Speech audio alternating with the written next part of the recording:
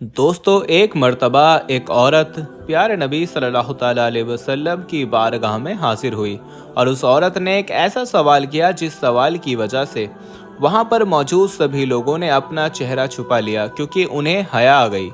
ये सवाल क्या था? उस औरत ने आकर कहा, या रसूलल्लाह सल्लल्लाहु ताला अलैहि वसल्लम, क्या औरतों को हैज़ होता है? जब उसने ये सवाल किया तो इस सवाल को उस वक्त के दौर में अच्छा नहीं समझते थे, यानी कि इस सवाल को कोई पूछा नहीं जाता था, इसके बाइश शर्मिंदगी समझा जाता था। लिहाजा नबी करीम सल्लल्लाहु ताला अलैहि वसल्लम ने इस बरहम को तोड़ते हुए इस औरत के सवाल का जवाब दिया और कहा, हाँ, औरत को हैज़ होता है। अब इससे ये पता चलता है कि इस्लाम के अंदर ऐसे सवालात करना जिनका ताल्लुक डायरेक्टली या इनडायरेक्टली किसी जिस्मानी कैफियत से हो, तो उनके पूछने में शर्म या आड़ नहीं करनी चाहिए, क्योंकि शर्म या आड़ के चक्कर में कई बार आप बहुत सी ऐसी नेमतों से आप महरूम हो जाते हैं जिनका आपको सवाब मिलना होता है। क्या जुम्मे के दिन जिमा करने की भी फजीलत है? ये एक ऐसा सवाल है कि जो अक्सर अवकात पूछा नहीं जाता, लेकिन ये पूछा जाना चाहिए। इसका जवाब क्या है और उलामा इस हवाले से क्या कहते हैं और हदीस में इसके हवाले से क्या बयान आता है, आज के इस इंफॉर्मेटिव वीडियो में हम आपको बताते हैं।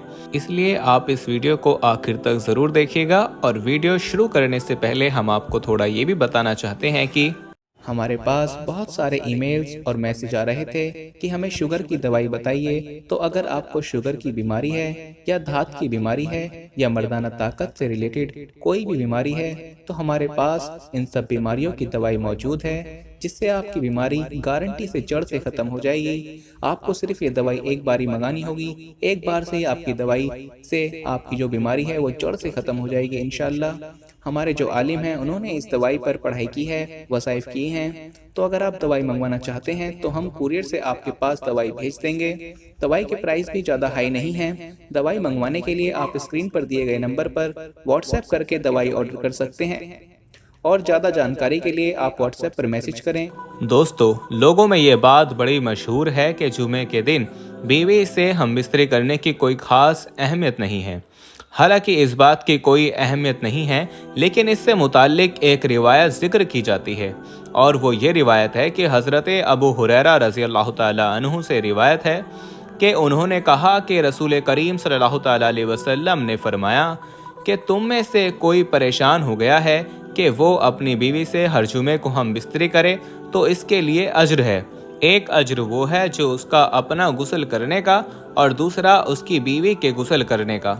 रसूलुल्लाह सल्लल्लाहु ताला अलैहि वसल्लम ने फरमाया, इस हदीस के मुताबिक जो शख्स जुमे के दिन जनाबत के गुस्ल के तरीके एहतमाम के साथ गुस्ल करता है और फिर पहली फुर्सत में मस्जिद जाता है, तो गोया उसने अल्लाह की खुशनुदी के लिए ऊँटनी की कुर्बानी दी।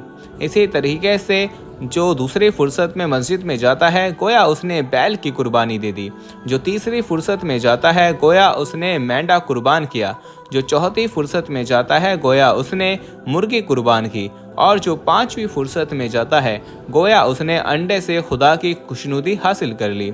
फिर जब इमाम खुतबे के लिए निकल आता है तो फरिश्ते खुतबे में शरीक होकर खुतबा सुनने लगते हैं।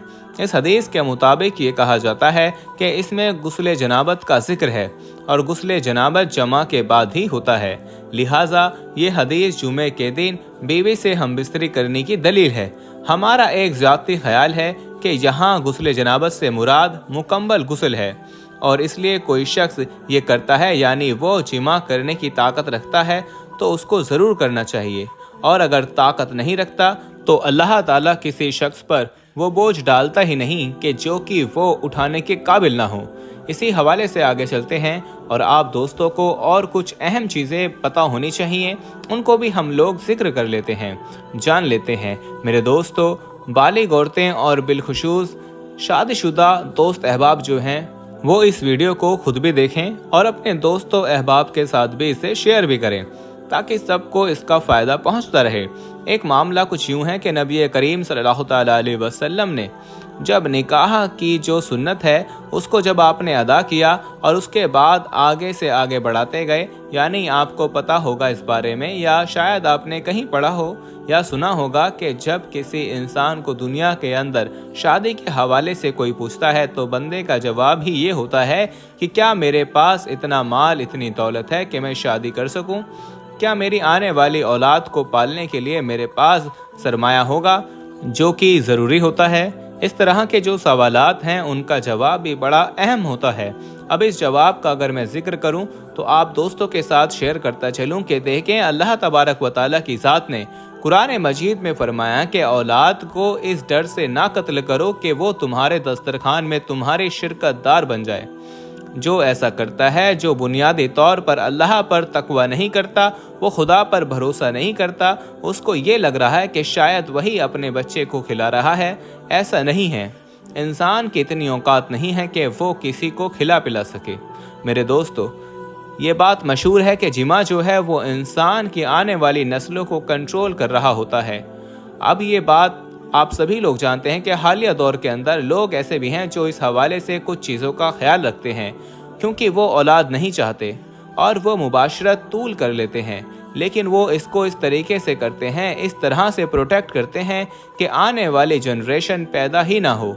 अब एक बड़ी अहम चीज़ है कि इस हवाले से लोग सवाल भी करते हैं तो उलमा जो हैं वो ये कहते हैं कि ये तरीका गलत नहीं है, क्योंकि ये जो अब के वक्त में इस्तेमाल होते हैं ये प्रोटेक्शन और ये सारी चीज़ें तो दौर जदीद की चीज़ें हैं। जिस तरह हम बिजली इस्तेमाल करते हैं और मोटर कार इस्तेमाल करते हैं, लेकिन अगर गौर किया जाए पुरानी बातों पर, जिस तरह मोटर कार से पहले लोग घोड़ों पर सफ़र करते थे, इसी तरीके से अब इस अमल को आगे औलाद को पैदा करने के अमल को भी रोकने के लिए लोग इस वक्त भी चंद ऐसी तदाबीर इस्तेमाल करते थे जिन्हें आज भी इस्तेमाल किया जाता है। वो अपने मैदे को औरत के मैदे के साथ मिलने नहीं दिया करते थे। तो कुछ इसी तरह की चीज़ें जो हैं रिवायत में पाई जाती हैं, जिनसे काफ़ी सारे मामलात हल हो जाते हैं और काफ़ी सारे सवालात का जवाब भी आपको मिल जाता है।